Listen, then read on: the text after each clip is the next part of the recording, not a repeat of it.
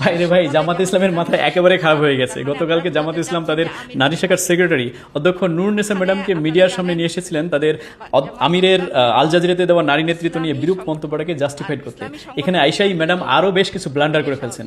আমাদের প্রত্যেকটা মানুষকে, এমনকি সচেতন শিক্ষিত নারীদেরকে অবশ্যই তার কথাগুলো শোনা উচিত। চলেন আমরা ম্যাডামের ব্লান্ডারগুলো শুনে আসি। ব্লান্ডার নাম্বার 1, ম্যাডাম বলেছেন, আপনারা জানেন জামাতে ইসলামী হলো ইসলামী সংগঠন, আর ইসলামী সংগঠন ইসলাম মেনে চলবে, এটাই স্বাভাবিক। ম্যাডাম আপনি একজন অধ্যক্ষ মানুষ, আমার মায়ের বয়সী, আপনার প্রতি পূর্ণ সম্মান রেখে আমি বলছি যে কোনো সংগঠনের নামের শেষে ইসলাম লাগিয়ে দিলেই সেটা ইসলামের সংগঠন হয় না। তার জন্য বেসিক কিছু প্রিন্সিপাল, আদর্শ এবং মূলনীতি থাকা দরকার, যেটা কিনা জামাত ইসলামের একটাও নাই। আপনি আমাকে 4টা প্রমাণ দেখান, লজিক দেখান, যার দরুন আমি বলতে পারি যে জামাত ইসলাম একটা ইসলামের দল। আপনারা দায়িত্বপ্রাপ্ত হলে এবার দেশ কীভাবে চালাবেন, ইসলামের কোন প্রিন্সিপালে, কোন নীতিতে, কোন আদর্শে, এটার একটা অক্ষরও আপনারা আপনাদের নির্বাচনী ইস্তেহারে দেন না। এরপর কিভাবে বলতে পারেন আপনারা জামাত ইসলাম একটা ইসলামের দল? ইসলামের কথা বলতে গেলে আপনাকে শরিয়া আইনের কথা বলতে হবে। আপনি কিচ্ছু নাই, কখনো এই কথাটা বলে নাই মুখ দিয়ে। আপনারা টিপিক্যাল রাজনৈতিক, তথাকথিত রাজনৈতিক একটা দল মাত্র, আপনার কোনো ইসলামিক দল নয়। আপনার মতো একজন শিক্ষিত অধ্যক্ষ মানুষের কাছে এটা আমরা আশা করি না। It's very unfortunate. Blunder number 2, madam বলেছেন যে কোনো নারী কোনো ইসলামী সংগঠনের নেতৃত্বে যেতে পারবে না। কোনো ইসলামী সংগঠনে নারীরা নেতৃত্বে আসতে পারে না, আর আমরা এটা মেনে নিয়েই আমরা ঈমান এনেছি, এটা মেনে নিয়েই আমরা চলছি। ম্যাডাম আপনি একজন অধ্যক্ষ মানুষ, আপনার যোগ্যতা এবং দক্ষতা বলে আপনি একটা প্রতিষ্ঠানের অধ্যক্ষ হয়েছেন তথা প্রধান হয়েছেন। আপনি কি জানেন যে অধ্যক্ষ এবং জামাতের আমির এই দুইটা শব্দের মধ্যে কোনো শব্দগত পার্থক্য নেই?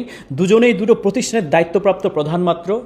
আপনি যদি আপনার যোগ্যতা বলে একটা প্রতিষ্ঠানের অধ্যক্ষ তথা প্রধান তথা আমির হতে পারেন, তাহলে একটা মেয়েও তার যোগ্যতা এবং ক্ষমতা বলে যে কোনো প্রতিষ্ঠানের বা যে কোনো সংগঠনের আমির তথা অধ্যক্ষ তথা প্রেসিডেন্ট হতে পারেন।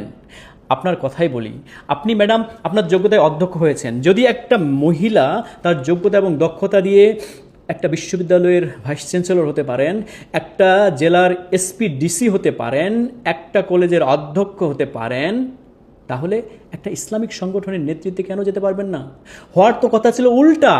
একটা ইসলামিক সংগঠনে সব ভালো ভালো মানুষগুলো থাকার কথা, সেখানে টুপিওয়ালা দাড়ি হুজুর মাওলানা মুন্সিগুলো থাকবে, সেখানে ইসলামিক লোকজনগুলো মূল্যবোধ কালচার হবে, সেখানে মেয়েদেরকে ওরা রেসপেক্ট করবে, সম্মানিত করবে, আরও বেশি ভালো একটা এনভায়রনমেন্ট পাওয়ার কথা আপনার।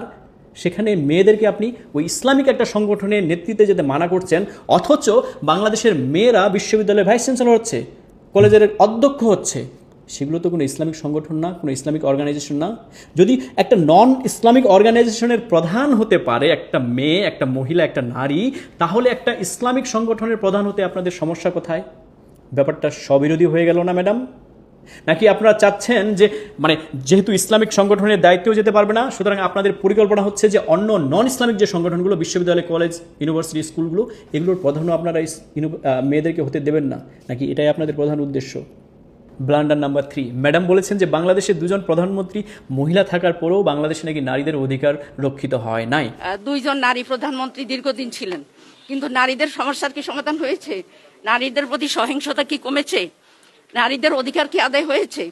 তাহলে শুধু নারী শীর্ষ পদে থাকলেই যে একটা কিছু হয়ে যাবে, কথা তো ঠিক না। ম্যাডাম আপনি কি আমাদেরকে আল্লাহর ওয়াস্তে বলবেন যে আপনারা দায়িত্বপ্রাপ্ত হলে বাংলাদেশকে কোন মুসলিম দেশের আদলে গড়ে তুলতে চান? সৌদি আরব, ইয়েমেন, ইরাক, ইরান, সিরিয়া নাকি আফগানিস্তান? আপনারা এটা আমাদেরকে কখনো পরিষ্কার করে বলেন নাই। ম্যাডাম আপনি কি জানেন যে এসব দেশের রাষ্ট্রপ্রধানগুলো, প্রধানমন্ত্রীগুলো প্রত্যেকে পুরুষ? ম্যাডাম আপনি কি আরও একটা জিনিস জানেন যে এসব দেশের নারীদের অধিকার, তাদের মৌলিক অধিকার, তাদের ন্যূনতম অধিকারগুলো বাংলাদেশের নারীদের থেকে অনেক নিচে?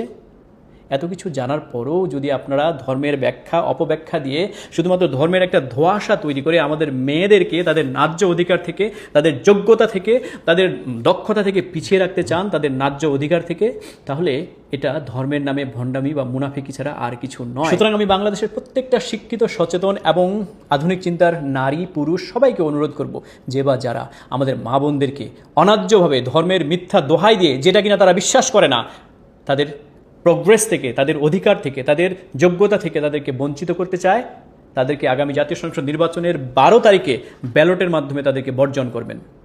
ধন্যবাদ।